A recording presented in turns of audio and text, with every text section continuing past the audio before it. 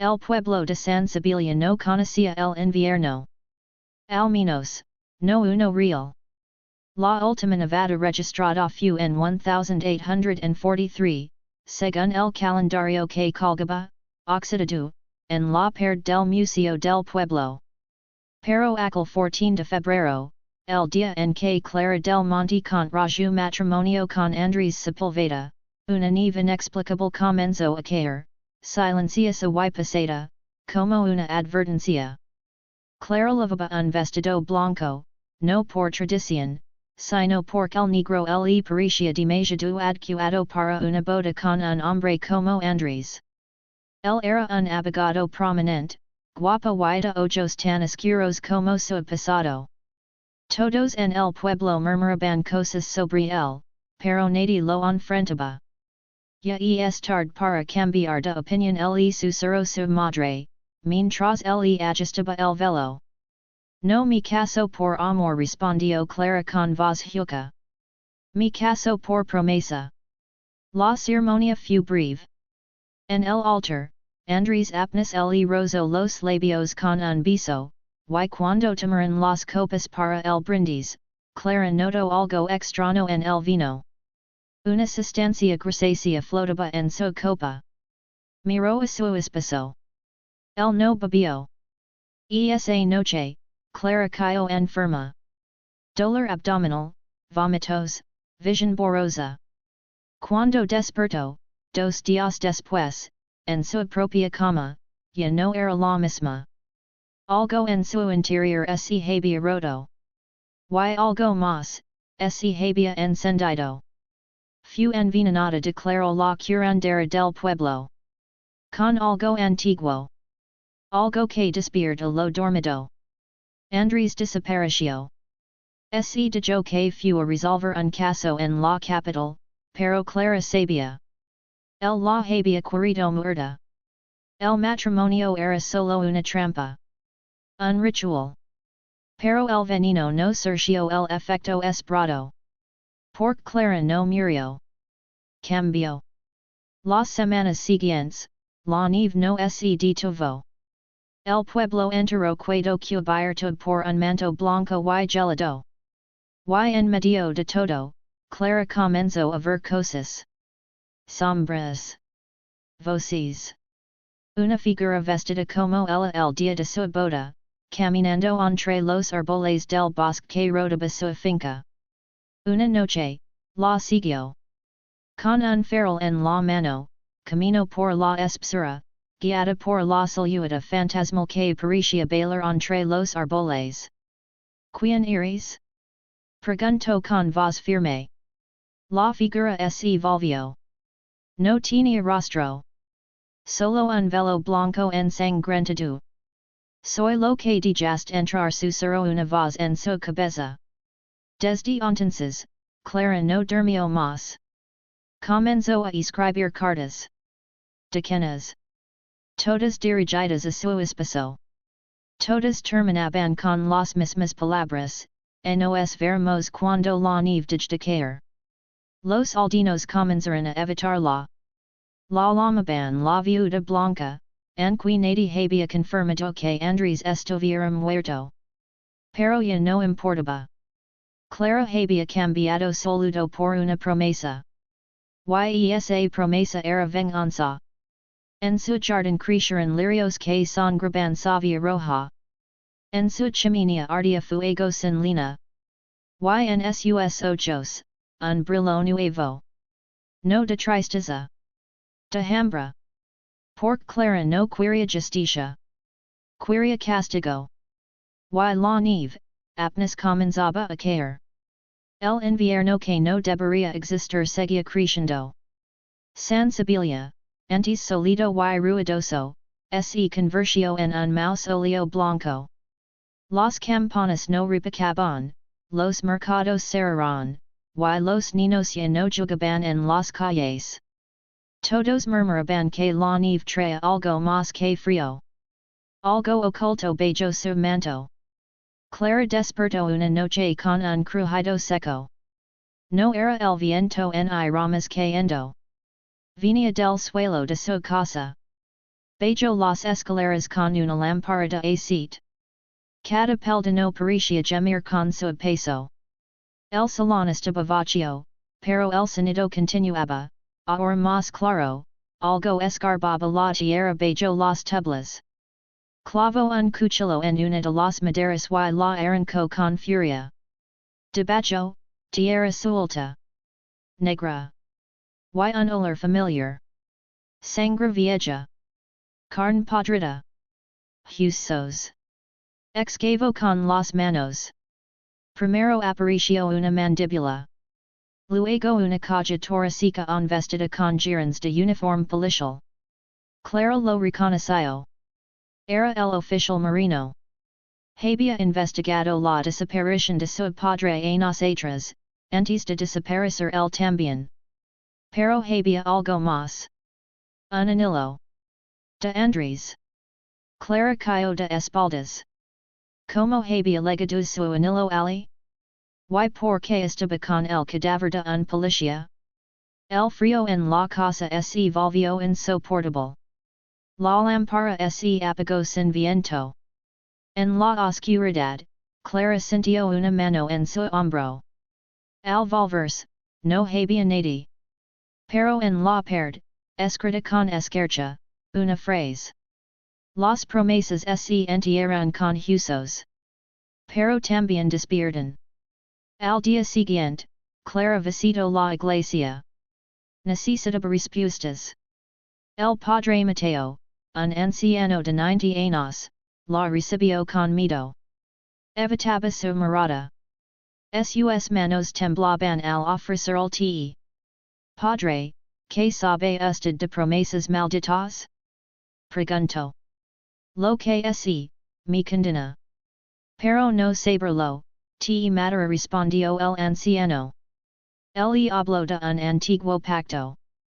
Uno celado entre familias influyentes del pueblo, los Sepulveda, los del Monte, y los Domenech. Un ritual de sangre para proteger sensibilidad de lo que había bajo la tierra, una entidad antigua, encadenada con sacrificios y matrimonios forzados. Tu boda no era unión, era celo. Andrés no te amaba. El obedecía de yo Mateo. Y el veneno? Una mezcla de sangre de viuda, cenizas de iglesia y raíz de saco. Te mataba si eras débil. Pero si eras fuerte, despertabas. Clara se levantó, furiosa. Despota para qué? Para vengar. O para servir. Esa noche, Clara desenterró más cuerpo. Todos con símbolos talados en los huesos. La nieve parecía susurrar nombres. Uno de ellos era el suyo. Y bajo su cama, encontró un cofre. Dentro, cartas de su madre. Todas advertencias. Todas ocultas por su padre. No confíes en los Sepulveda. No bebas del vino. Si sobrevives, cor. Si no, has los pagar. Clara no querría. Iba a hacerlos pagar. La nieve caía como cenizas de una hoguera olvidada. La campana de San Sibilia, que había permanecido muda desde la boda de Clara, sonó una vez. Clara, sentada frente a la chimenea, levantó la vista. No era una hora de misa. Nadie la había tocado. Y sin embargo, vibró. Un sonido hueco, fúnebre. Clara se puso de pie y tomó su abrigo. Afuera, la nieve cubría hasta las rodillas. Camino hasta la iglesia como una aparición. Nadie la detuvo. Nadie la vio. Al entrar al templo, notó el hedor. No incienso ni humedad. Era sangre. Subió al campanario. En cada peldaño, hulas humdas, como si alguien hubiera subido descalzo. Cuando llegó a lo alto, encontró lo impensable, el cuerpo del padre Mateo, colgado por los pies, y con un mensaje talado en su pecho desnudo. Clara no está sola. Lo se susuro ella. En el suelo, junto al cadáver, una pequeña campanilla de bronze temblaba sola. La nieve persistía. Cubría sensibilia como una pesada sabana blanca, silenciosa, implacable. Clara caminaba por el borde del bosque que rodeaba la finca, la mirada fija en el suelo congelado, buscando respuestas donde el frío parecía enterrarlas para siempre. Los ecos de las campanas que habían sonado en la iglesia, acompañados por la horrible escena que encontró en el campanario, seguían vibrando en su mente. El padre Mateo ya no podía ayudarla. Pero no estaba sola. Aquella noche, mientras el viento oleaba entre las ramas desnudas, Clara sintió una presencia distinta, una sombra que no era ni humana ni fantasma. En el límite del bosque, un cuervo negro como la tinta posó sus patas sobre una rama cercana y la miró fijamente. Sus ojos parecían brillar con un fuego interior. No se movió cuando Clara extendió la mano, como si esperara algo. ¿Tú me buscas? Susurró, con la voz temblorosa, sin esperar una respuesta. El cuervo agitó sus alas y voló un poco más profundo en la espesura, diciendo que era un objeto brillante sobre la nieve, era un medallón antiguo, con grabados que Clara reconoció de inmediato. Era el escudo de los Sepulveda, su apellido de espeso y traición. Tomó el medallón y lo sostuvo al calor de su pecho. Algo dentro de él latía con fuerza, no por miedo, sino por una mezcla de rabia y esperanza. Esa misma noche, Clara decidió visitar el cementerio del pueblo, un lugar que todos evitaban desde que la nieve llegó. Sus tumbas, cubiertas de hielo, parecían llorar sangre congelada. Avanzó con paso firme hacia la tumba de su padre, cuyo nombre estaba talado con letras ya desgastadas por el tiempo. Papa murmuró, necesito que me ayudes. De repente, un susurro helado le recorrió la nuca, y una mano invisible tocó su hombro. Sedio la vuelta bruscamente, pero solo encontró la nada. Sin embargo, en el aire flotaba un aroma dulce, mezcla de flores marquitas y tierra húmeda. Desde ese momento, Clara supo que la maldición que pesaba sobre su familia era más profunda de lo que había imaginado. El medallón en su bolsillo parecía tener vida propia. Cuando Clara lo abrió, encontró una fotografía antigua de una mujer joven, vestida con un traje de novia blanco, con una sonrisa triste. Detrás de ella, apenas visible, un hombre con ojos oscuros y sonrisa torcida. Al fondo, la sombra de un hacha roja. Clara sintió una olida de impaciencia. ¿Quién era aquella mujer? Era otra víctima o una antepasada que también cargaba con el peso de la maldición?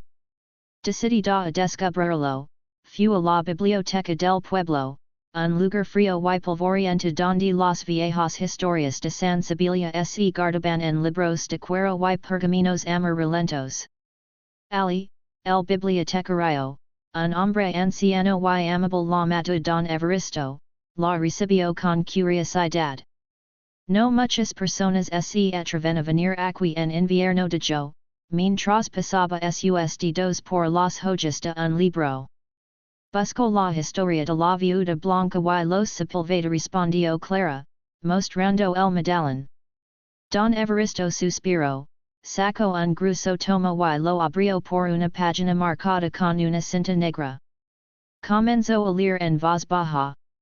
Hace más de un siglo, Clara Sepulveda fue prometida a un hombre que nunca amó.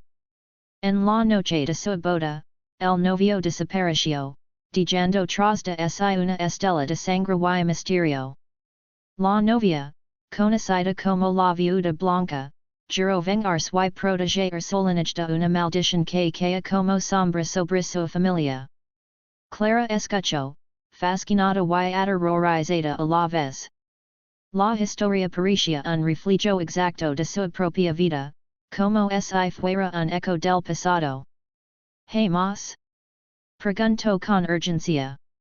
Si asintió don Evaristo, pero no todos los secretos están escritos en libros. Algunos se esconden en los susurros del viento y en los ojos de los cuervos. De regreso a casa, Clara sintió como el medallón emitía un calor intenso.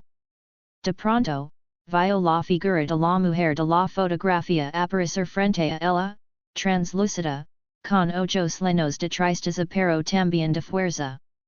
Soy tu antepasada, Clara dijo la aparición.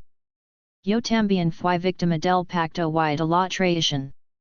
Pero descubrí la verdad a tiempo. Tú también puedes.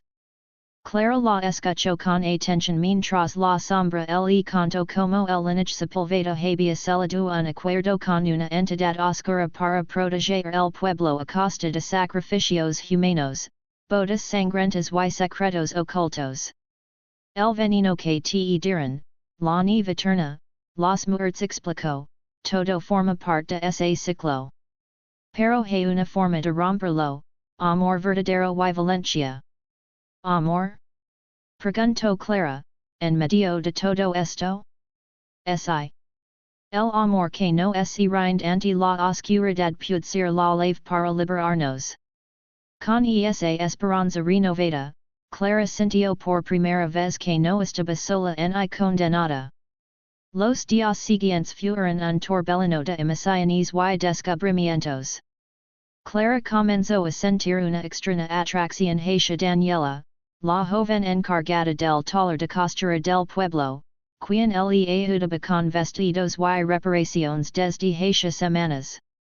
Daniela, con su sonrisa cálida y sus ojos que parecían saber más de lo que decían, se convirtió en un faro en medio de la tormenta. Una tarde, en la Nevada Plaza del Pueblo, Clara y Daniela compartieron un momento sencillo, lejos del misterio y la muerte, un café caliente y una conversación sincera. Sin miedo, Clara se abrió, contando fragmentos de su historia, de su lucha y de su miedo. Daniela la escuchó con paciencia, luego tomó su mano y la apretó suavemente. No tienes que hacerlo sola le dijo. Aquellas palabras, tan simples y llenas de ternura, hicieron que Clara sintiera por primera vez una chispa de amor genuino en medio del caos. Pero el peligro acechaba. En la sombra, el verdadero enemigo se movía. Andrés Sepulveda, o al menos la criatura que había tomado su forma, había regresado. No solo buscaba a Clara para terminar lo que empezó, sino que su sed de venganza amenazaba con consumir todo a su paso. Una noche, mientras Clara dormía, un fuerte golpe sacudió la puerta principal. Daniela estaba con ella y juntas escucharon los pasos que se acercaban, lentos, decididos. Clara tomó el cuchillo negro que había encontrado meses atrás y se preparó para enfrentar su destino. La puerta crujió al abrirse, y una silueta cubierta de niebla apareció. No huiras susurró la voz que ya no reconocía como humana. Esta maldición es eterna. Pero Clara, con Daniela a su lado, sonrió con valencia. No para mí. Porque el amor nunca muere. Y mientras la nieve seguía cayendo, Clara entendió que su lucha no era solo por venganza, sino por un futuro en el que el amor pudiera vencer la oscuridad. El invierno en San Sibilia no era solo frío, era una sombra que devoraba la esperanza. La nieve había enterrado no solo las calles, sino también la vida del pueblo. Desde la muerte del Padre Mateo, nadie se atrevía a salir después del crepúsculo. La iglesia permanecía cerrada, y en la plaza, el silencio era un eco opresivo. Clara sentía el peso de la venganza como un fuego que ardía en sus venas. Aquella noche, mientras la tormenta azotaba su ventana, no pudo conciliar el sueño. En el silencio de la casa, escucho un susurro, apenas un gemido, un sonido que parecía venir de las entrañas mismas de la tierra. Clara.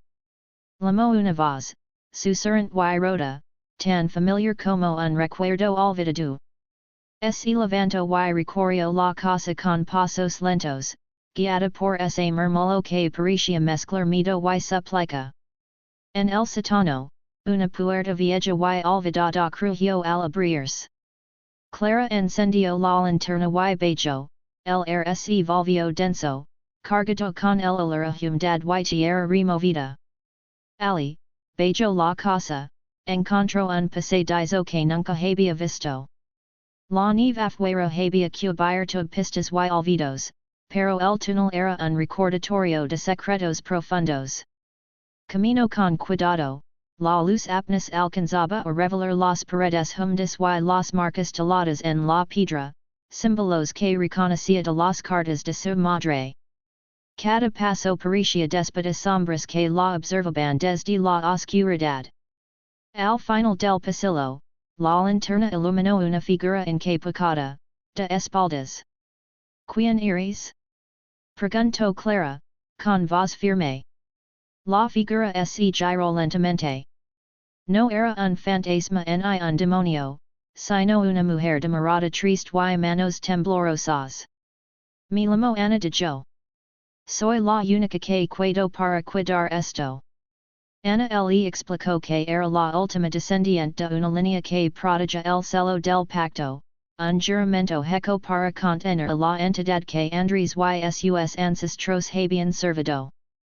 Pero el veneno, el ritual, la nieve, todo eso había despertado algo más oscuro, algo que no respetaba ni la sangre ni el amor.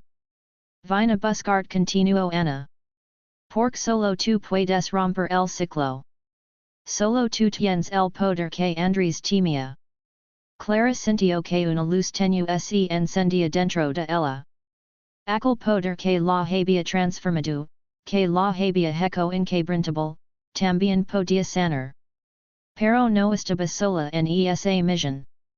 Ana le habló de un hombre, Mateo, un forastero que había llegado al pueblo meses antes, un hombre con ojos tan azules como el hielo y con un corazón capaz de romper cualquier maldición. Clara recordó entonces las miradas furtivas que había intercambiado con Mateo en el mercado, sus sonrisas breves y su presencia cálida en medio de tanto frío. Si vamos a luchar contra esto dijo Clara, necesito que él esté conmigo. Ana asintió y juntas regresaron a la superficie. Al salir del túnel, una ráfaga de viento frío le trajo un aroma diferente, la tormenta había cambiado. No solo era nieve, sino una mezcla de flores marquitas y tierra mojada. Era como si la naturaleza misma se preparara para un cambio. A la mañana siguiente, Clara se encontró con Mateo en la plaza vieja. Sus ojos se cruzaron, y sin palabras, supieron que el destino los había unido en una batalla que iba más allá del odio y la venganza. Mateo le entregó un pequeño amuleto, un relicario que había encontrado entre los restos de la antigua capilla. Esto puede proteger de yo. Pero más que eso, eres tú quien debe decidir que quiera tu alma. Los días que siguieron, Clara y Mateo trabajaron juntos, desenterrando secretos, aprendiendo a contracto la fuerza que habitaba en ella. Cada noche, la viuda blanca recuperaba fragmentos de humanidad, de amor, de esperanza, mientras la sombra del carnicero y de Andres se hacía más oscura y desesperada. Una noche, bajo una tormenta que parecía que iba a arrancar las raíces mismas del pueblo, Clara confesó su miedo. No si puedo hacerlo, Mateo. No si soy más que un fantasma con sed de venganza. El la tomó de las manos y le susurró, con voz firme y dulce. Eres mucho más, Clara. Eres la luz que esta oscuridad necesita. Y yo estar contigo, hasta el último aliento. Fu nsainst cuando Clara supo que el amor podía ser más fuerte que cualquier maldición, y incluso en la muerte, había lugar para la esperanza. La tormenta arreciaba afuera, pero dentro de la casa, el fuego del amor y la lucha ardía como nunca. La nieve seguía cayendo, incansable, cubriendo San Sibilia bajo un manto eterno que parecía caer por cualquier vestigio de vida. La viuda blanca, Clara del Monte, caminaba con paso firme por los senderos helados, sus botas hundiéndose en la nieve que parecía caer a retenerla, como si la tierra misma estuviese viva y si resistiera a dejarla ir. El air era gelado y cortante, pero Clara sentía un calor extraño, un fuego que nacía de su pecho y subía hasta la garganta. No era solo rabia. Era un amor profundo y oscuro, una mezcla que la hacía invincible y vulnerable a la vez. Aquella noche, sabía que debía enfrentar el origen de su maldición y cerrar el ciclo que había comenzado aquel fatídico día de su boda. Se detuvo frente a la vieja cabana en ruinas que, según las leyendas, era el lugar donde se había celebrado el pacto de sangre que había condenado a su familia. La puerta estaba entreabierta, como si la estuviera esperando. Clara respiró hondo y entró. Dentro, el aire estaba denso, impregnado de aromas a madera quemada y tierra húmeda. En el centro, una mesa de piedra con símbolos grabados que brillaban tenuemente bajo la luz de la luna que se colaba por el techo roto. Alrededor, velas negras y blancas ardían, proyectando sombras danzantes en las paredes. ¿Por qué has tardado tanto, Clara? Una voz profunda y cavernosa resonó detrás de ella. Clara giró. Ali, entre las sombras, estaba la figura del carnicero de la niebla, el espíritu que había atormentado al pueblo por generaciones, el verdadero dueño de la maldición. Su rostro era una máscara de carne podrida, con ojos vacíos que brillaban como brasas. Pero en su presencia, Clara no sintió miedo. Por tuve que aprender a amarme antes de odiar, respondió Clara, con una voz firme pero suave. Porque antes de destruirte, tuve que salvarme a mí misma. El carnicero se rió, un sonido seco y escalofriante. ¿Salvarte? ¿De mí? Eres solo una marioneta en este juego de sombras, Clara. Tu veneno, tu promesa, todo fue para alimentarme. Clara dio un paso adelante, y por primera vez, el hielo bajo sus pies pareció temblar. Extendió las manos y un fuego blanco surgió de sus palmas, iluminando la cabana entera. No más. Este ciclo termina esta noche. La batalla que siguió fue tanto física como espiritual. Las garras del carnicero arrancaron el aire y el suelo, pero Clara esquivaba con agilidad, movida por un amor inquebrantable, el amor a su propia vida, a su derecho a existir sin miedo ni cadenas. Cada vez que el carnicero intentaba hundirla en la oscuridad, él respondía con esa luz interna, una fuerza que nacía del perdón y la esperanza. Entre ataques y susurros, Clara recordó a su madre, sus palabras ocultas en cartas que hablaban de secretos familiares y sacrificios. Recordó a su padre, a los aldeanos que habían sufrido antes que ella. Y más fuerte que todo, recordó su promesa, la promesa de no dejar que el odio la consumiera. En un momento de calma, mientras la nieve golpeaba el techo como un tambor lejano, Clara susurró. No eres más que un reflejo de nuestro miedo. Y yo elijo la luz. El carnicero lanzó un último grito, un lamento que se desvanció entre la niebla y la tormenta. Y entonces, en un estallido de luz, desapareció. La cabana quedó en silencio, salvo por el suave crepitar de las velas que lentamente se consumían. Clara salió al exterior. La nieve había cesado, y un tímido rayo de sol comenzaba a pintar de dorado el horizonte. Sintió en su pecho una calma que no conocía, una paz que prometía un nuevo comienzo. Alguien la esperaba en el camino, Mateo, el joven médico que había permanecido fiel a ella desde el principio, cuidándola, creyendo en su inocencia y su fuerza. Sus ojos se encontraron y no hicieron falta palabras. Volviste dijo él con una sonrisa tímida. Volví respondió Clara. Y esta vez, para quedarme. Se tomaron de la mano, dejando atrás la oscuridad y la nieve eterna. En el air flotaba una promesa nueva, la del amor que renas después de la tormenta, la del perdón que libera y la valencia de enfrentar el pasado para construir un futuro. El amanecer sobre San Sibilia tenía un air diferente, como si la tierra misma respirara aliviada después de un largo invierno. Clara y Mateo caminaban juntos por el sendero que cruzaba el bosque, la nieve derretida dejando al descubierto hojas húmedas y ramas quebradas. El air olía a renacimiento, a esperanza. Pero Clara sabía que el verdadero final aún estaba por llegar. ¿Lo sientes? Preguntó Mateo, apretando suavemente su mano. Algo quedo atrás, algo que aún no es observa. Clara asintió, su mirada fija en el horizonte donde la vieja finca de su familia se alzaba entre árboles desnudos. La viuda blanca había dejado de ser solo una leyenda para convertirse en una realidad palpable, una que no descansaría hasta hacer justicia completa. Entraron a la casa. El calor de la chimenea encendida contrastaba con el frío que aún persistía en sus huesos.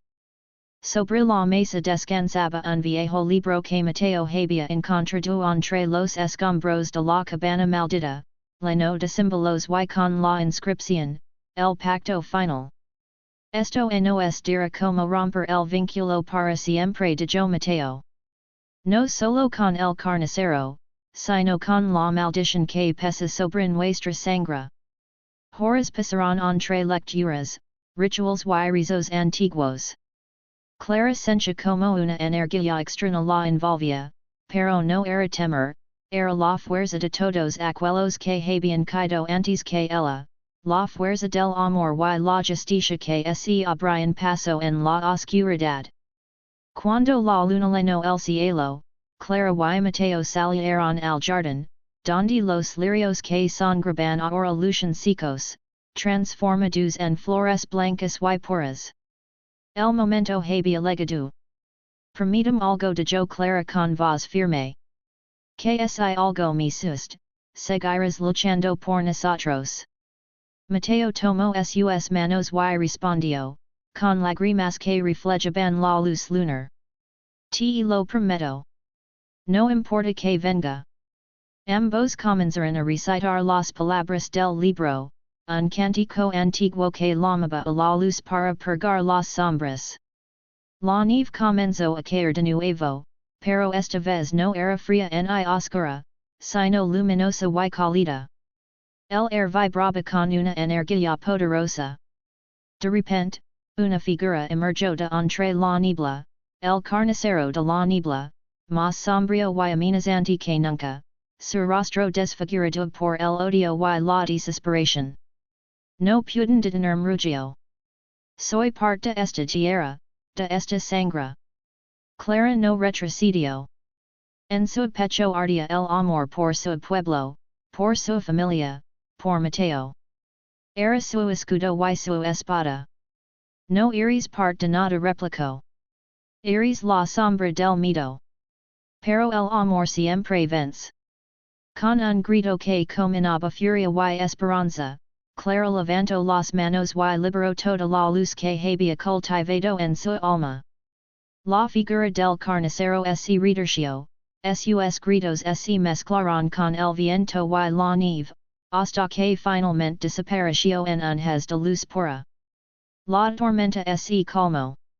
La noche se volvió tranquila, y un nuevo amanecer prometía un futuro sin miedo. Mateo la abrazo fuerte, y Clara supo que, por fin, había cumplido su última promesa, vivir para amar, para proteger, para recordar. El pueblo de San Sibilia despertó del largo invierno y volvió a sonreír. Y en el corazón de Clara, la viuda blanca, ardía la llama eterna del amor y la redención.